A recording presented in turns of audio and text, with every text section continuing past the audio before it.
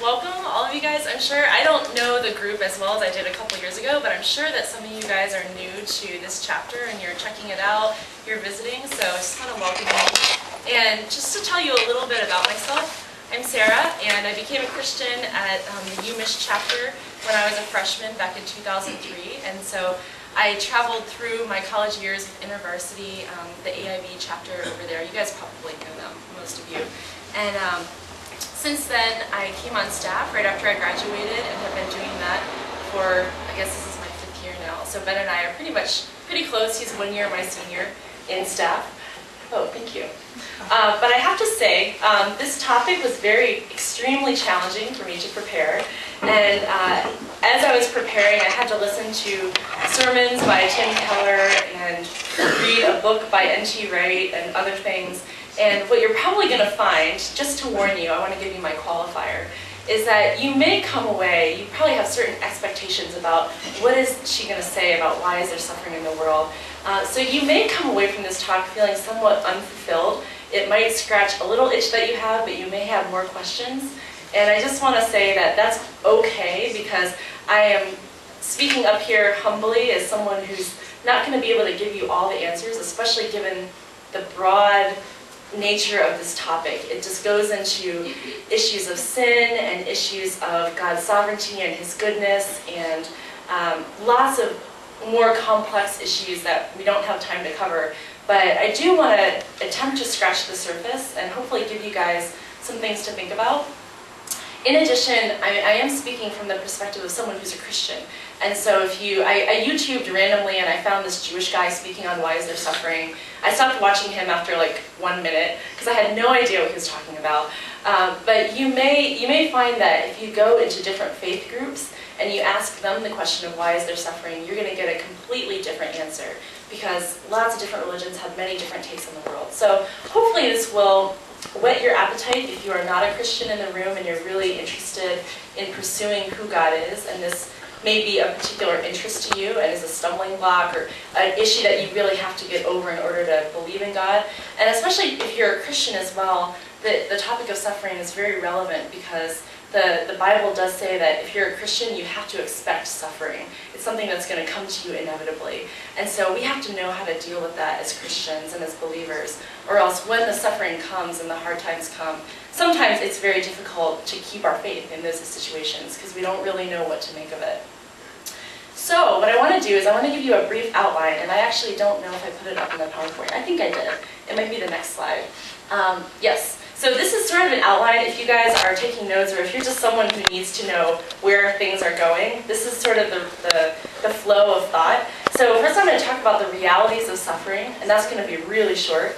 The second thing is going to be the assumptions in suffering. And pretty much what I'm going to talk about with that is what do people generally assume about suffering, and how does that relate to their assumptions about God and who He is. And it's going to be a little bit about the atheist viewpoint of suffering. Then we're going to go into God's role in defining suffering. And that's going to be for all of you. Any philosophy majors out there? Okay, this is a little bit more like philosophical, so I'm trying really hard. I'm going to give you everything. I'm going to tell you a story too about my life.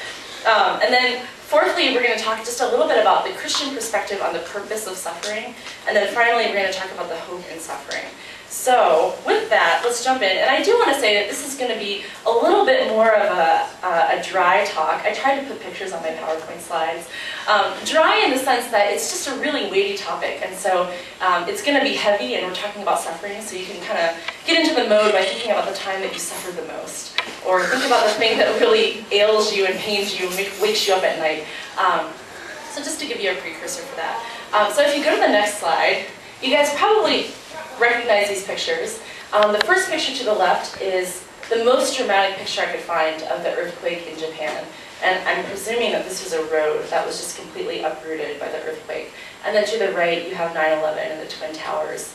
And this is just to illustrate and make the obvious point that suffering exists all around us. It happens locally in the States, and we just celebrated, I think, was it the 10th anniversary of 9/11. And things happen globally, like the earthquakes in Japan.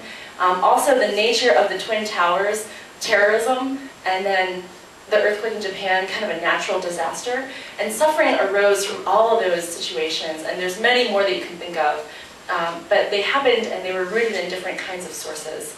So it happens for us on a global scale, an international scale, a national scale, and then you can probably also think about your own life and think about perhaps relationships. I'm going to share a little bit later on just about a relationship in my life that has been extremely straining, that caused me great suffering. And so for you, it may not be a global thing, like someone in your family has died, or you've been part of a natural disaster, but it could be something, maybe school is making you suffer, and maybe you're like on the verge of being kicked out of school, or it could be something that's not really even in the realm of a natural disaster or death. It could just be something really, really uncomfortable that's going on in your life.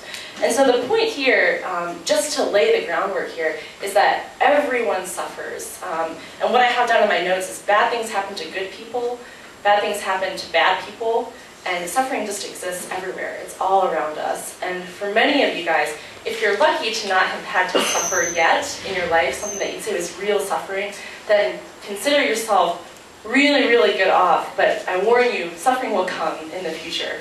Either the person you married will die, your dog will die, which is a very devastating situation, or something else will arise. So moving on to the next slide, please. Thank you. The assumptions in suffering. And here's where I want to get a little bit into the atheist argument of suffering. And the assumption, I think, for many people is that the existence of God and suffering are incompatible. And so many people look at the world and they think, if there's suffering, how can a God exist? Because, you know, he just wouldn't allow that to happen. So here are some of the assumptions and conclusions that people arrive at in order to eliminate the existence of God. So just bear with me, you probably already read it already, but I'll read it for you again. So the first argument goes something like this. So if God allows evil and suffering to continue because he can't stop it, then he may be good, but he's not all-powerful. Does that make sense? All right, so the second one is, on the other hand, if God allows suffering to continue because he can stop it, but won't, means that he may be all-powerful, but not good. Does that make sense? Either way, the good and all-powerful God of the Bible cannot exist. And that's essentially, for many people, their theology and their perspective on suffering and the incompatibility in which God cannot exist. So hopefully you're tracking with me there. But basically, either on one hand, God's good, but he can't do anything about it, or he can do something about it, he just chooses not to, and he looks down on the world and he sees all this suffering and he just doesn't care. He just turns his back and walks the other direction. So either way, it doesn't make God out to be good or powerful, and suffering still existing and no one's doing anything about it. Therefore, God must not exist. So I want to tell you just a brief story, and this story has to do with, it's a real story, it took place. So my husband works in a hospital. His name is Robert. I don't have a picture of him, but he wears glasses, and anyway, so he sees a lot of death and dying around him. And so there's a situation, I think this was a couple of years ago, he was telling me about it, and he was taking care of a dying man. And this guy came into the hospital, his wife was there with him as well, and basically he was on the verge of death. There was pretty much nothing that my husband could do to help him because he was so sick that no treatment would really cure him. And what he realized was that before this, prior to him entering into the hospital, he actually could have been cured. But his wife, she believed and had the theology, well, God is just going to heal him.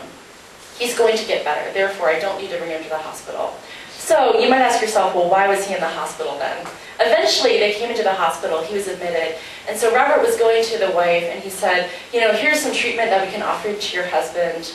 Do you want this to happen, et cetera, et cetera? And she's like, no, God's going to heal him, it's going to be okay.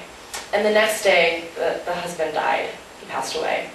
And so, question for you is, and I guess not even for you yet, but for this woman, is now what?